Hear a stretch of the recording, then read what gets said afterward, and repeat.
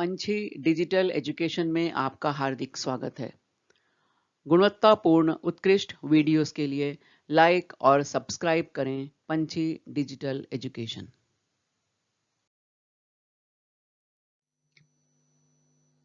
पाठ 3 उपयोजित इतिहास अप्लाइड हिस्ट्री। कक्षा 10वीं इतिहास और राजनीति विज्ञान विषय के सत्र में मैं श्रीमती पूर्णिमा पांडे आप सभी को सादर आमंत्रित करती हूं।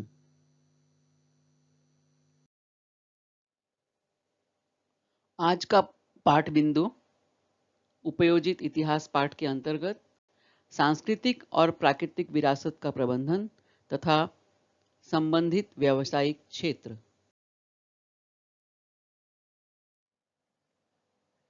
एक झलक हम देखते हैं कि उपयोजित इतिहास किसे कहते हैं। भूतकाल में घटित घटनाओं के संबंध में जो ज्ञान इतिहास द्वारा प्राप्त होता है, उसका उपयोग वर्तमान और भविष्य में सभी लोगों के लिए किस प्रकार हो सकता है, यह समझाता है हमें उपयोजित इतिहास यानी अप्लाइड हिस्ट्री, जिसे हम कहते हैं सामान्य जनों का इतिहास। यानी संक्षेप में हम कहें तो इतिहास का व्यवहारिक उपयोजन, यह है उपयोजित इतिहास।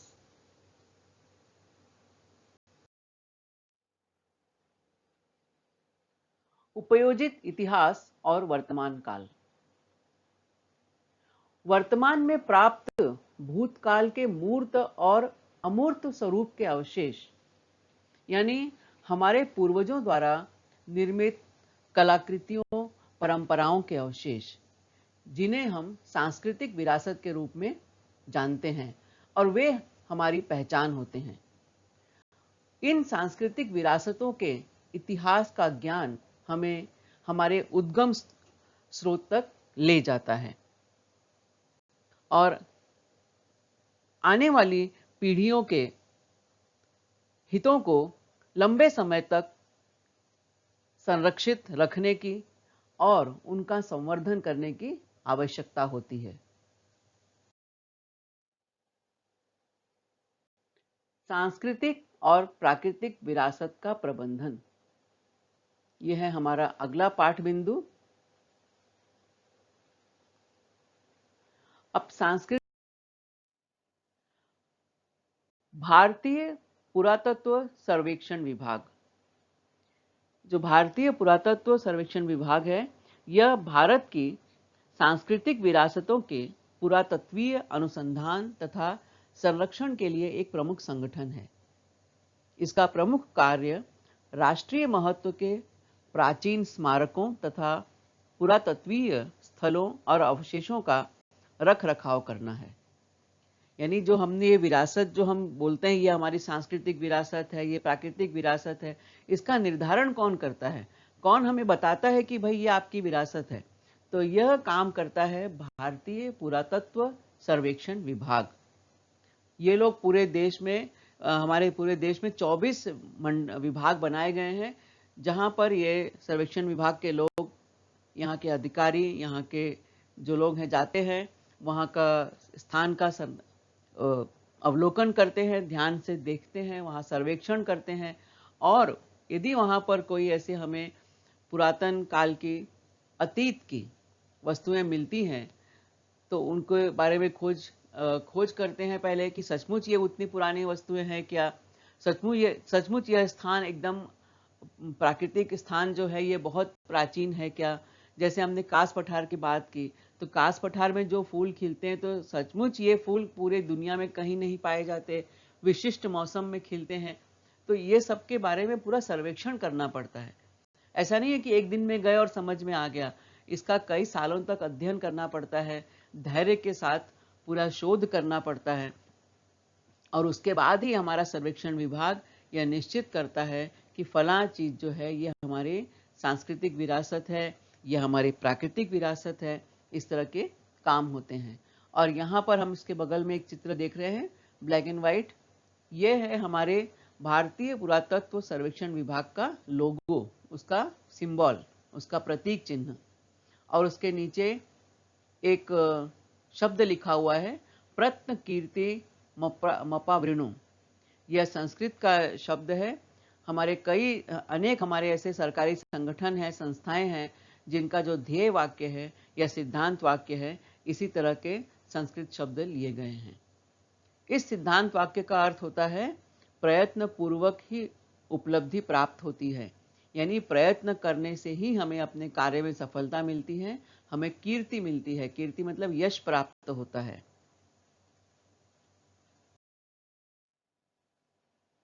तो एक तरह से हम देखते हैं कि उपयोजित इतिहास का अर्थ होता है सांस्कृतिक और प्राकृतिक विरासत का प्रबंधन करना, उसका मैनेजमेंट करना। अब मैनेजमेंट कैसे करेंगे? तो इस पहले तो हमें उस जो विरासत है हमारी, जो हमारी धरोहर है, पुराने हमारे अतीत की स्मृतियां हैं, अतीत की यादें हैं, उनका संरक्षण करना, यानी उनको संभालना, वो नष्ट न होने पाए। और उसके बाद उनका संवर्धन करना, यानी उनको संभाल कर आगे ले चलना, ताकि आने वाली पीढ़ी उसे देख सके, समझ सके और अपने अतीत को जान सके, अपने इतिहास की गौरवशाली परंपराओं को समझ सके। तो इस विरासत का संरक्षण और संवर्धन करने का अधिकांश कार्य भारत सरकार का पुरातत्व विभाग और भारत के प्रत्येक राज्य सरकार का पुरातत्व विभाग करता है। यह पुरातत्व विभाग दो स्तर पर काम करता है, केंद्रीय स्तर पर भी और राज्य स्तर पर भी। इंटैक एक संस्था है, स्वयंसेवी संस्था है, उसका फुल फॉर्म है Indian national trust for art and cultural heritage, और यह संस्था 1984 से सतत इस क्षेत्र में कार्य कर रही है।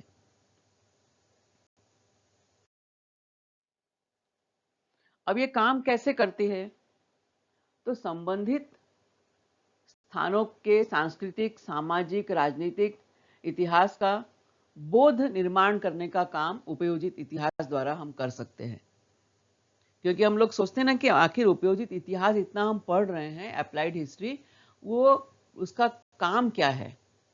तो उसका काम यही है कि परियोजना के अंतर्गत विरासत स्थानों के मूल स्वरूप को न बदलते हुए संरक्षण और संवर्धन का कार्य करना है। स्थानीय समाज का ताना बाना और उनकी मानसिकता, उनके सम्मुख वर्तमान कालीन विविध चुनौतियों, स्थानीय लोगों की अपेक्षाओं की समीक्षा करना, यानी उपयोजित इतिहास के द्वारा, अप्लाइड हिस्ट्री के द्वारा, सामान्य जनों के इतिहास के द्वारा हम ये सारे काम कर सकते हैं। और ये सब करते समय हमें यह ध्यान रखना चाहिए कि स्थानीय लोगों की भावनाएं आहत न हों, और उसके लिए की जाने वाली उपाय योजनाओं का नियोजन भी किया जा सकता है। यानी उपयोजित इतिहास के माध्यम से हम क्या क्या कर सकते हैं। स्थानीय लोगों को उस परियोजना में सहभागी कराया जा सकता है। जैसे यदि आपके आसपास कोई, हमारे आसपास कोई किला है, अब वो किला है किस राजा ने बनवाया था, किस सन में बना था, और उस किले का क्या क्या उपयोग हुआ, तो अब उस किले का संरक्षण हमें करना है। भाई वो किला खराब न हो, उसमें नष्ट न हो, जो कुछ भी वहां पर है यथावत रहे, उसमें सफाई रहे किले के अंदर। और तो उसके साथ साथ हम क्या कर सकते हैं, जो वहां पर्यटक आते हैं, उन पर्यटकों को उस वहां के इस परियोजना में हम शामिल करें कि भाई ये आपकी जिम्मेदारी है, आपका एक नैतिक कर्तव्य है कि अपनी इस ऐतिहासिक विरासत को, ये 400 साल पुराना किला है या 1000 साल पुराना किला है या फला राजा के शासनकाल में बना हुआ किला है, तो इसका हमें संरक्षण करना है, क्योंकि अब ये इतनी पुरानी चीज है, तो एंटिक पीस हो गया वो। आसपास के जो लोग रहते हैं उनको इस परियोजना में हम सहभागी कर सकते हैं और उनकी मानसिकता समझ सकते हैं।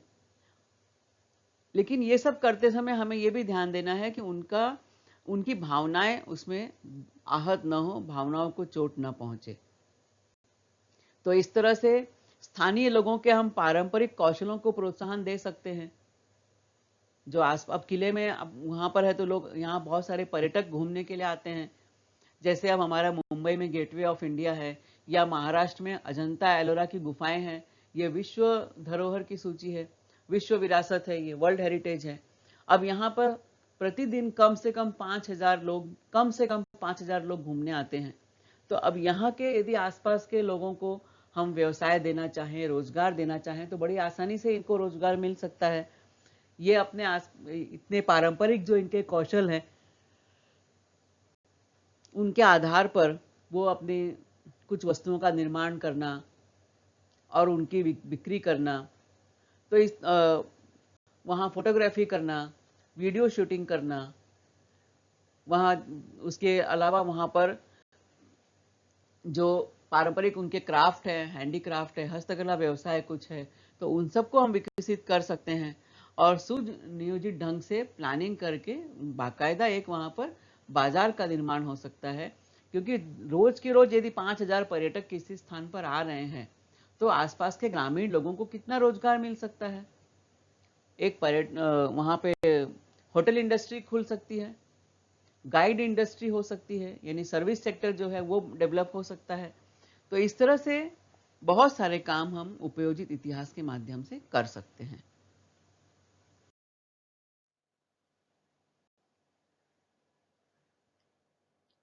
संबंधित व्यावसायिक क्षेत्र, किन किन क्षेत्रों में हमें रोजगार मिल सकता है उपयोजित इतिहास के द्वारा?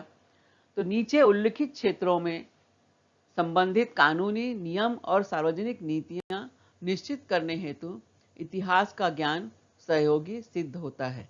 कौन कौन से क्षेत्र हैं? Very good. पहला क्षेत्र है संग्रहालय और अभिलेखागार, यानी म्यूजियम और एंड आर्काइव्स।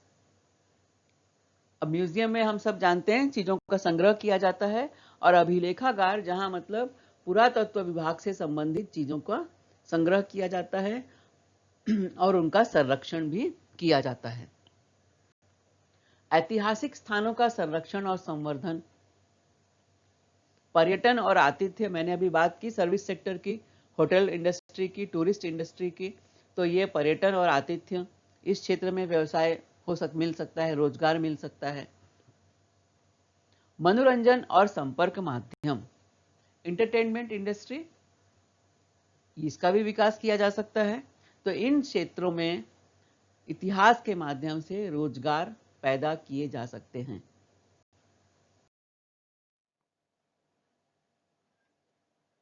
कुछ क्षेत्रों का एग्जाम्पल हम यहां देखते हैं। स्थापत्य विशारद यानी आर्किटेक्ट्स,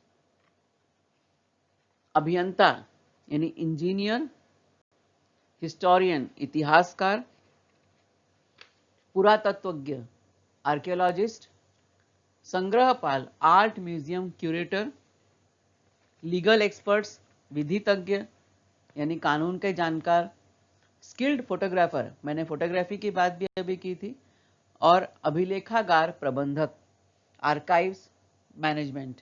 यानी इतने सारे क्षेत्र हैं। इसके अलावा बहुत सारे और भी क्षेत्र हैं जिनमें कुशल व्यक्तियों की आवश्यकता होती है, जो इन विषयों से संबंधित जानकारी भी जिनके पास हो और इन विषयों से संबंधित जानकारियों का संरक्षण और संवर्धन करने की योग्यता उनके अंदर विकसित होनी चाहिए। तो ऐसे बहुत सारे संस्थान आज हमारे देश में उपलब्ध हैं जहां पर हम इस तरह की डिग्री ले सकते हैं। हमने पिछले वीडियो में इस बात की चर्चा भी की थी, और अनेक क्षेत्रों में आज हमें रोजगार भी मिल सकता है।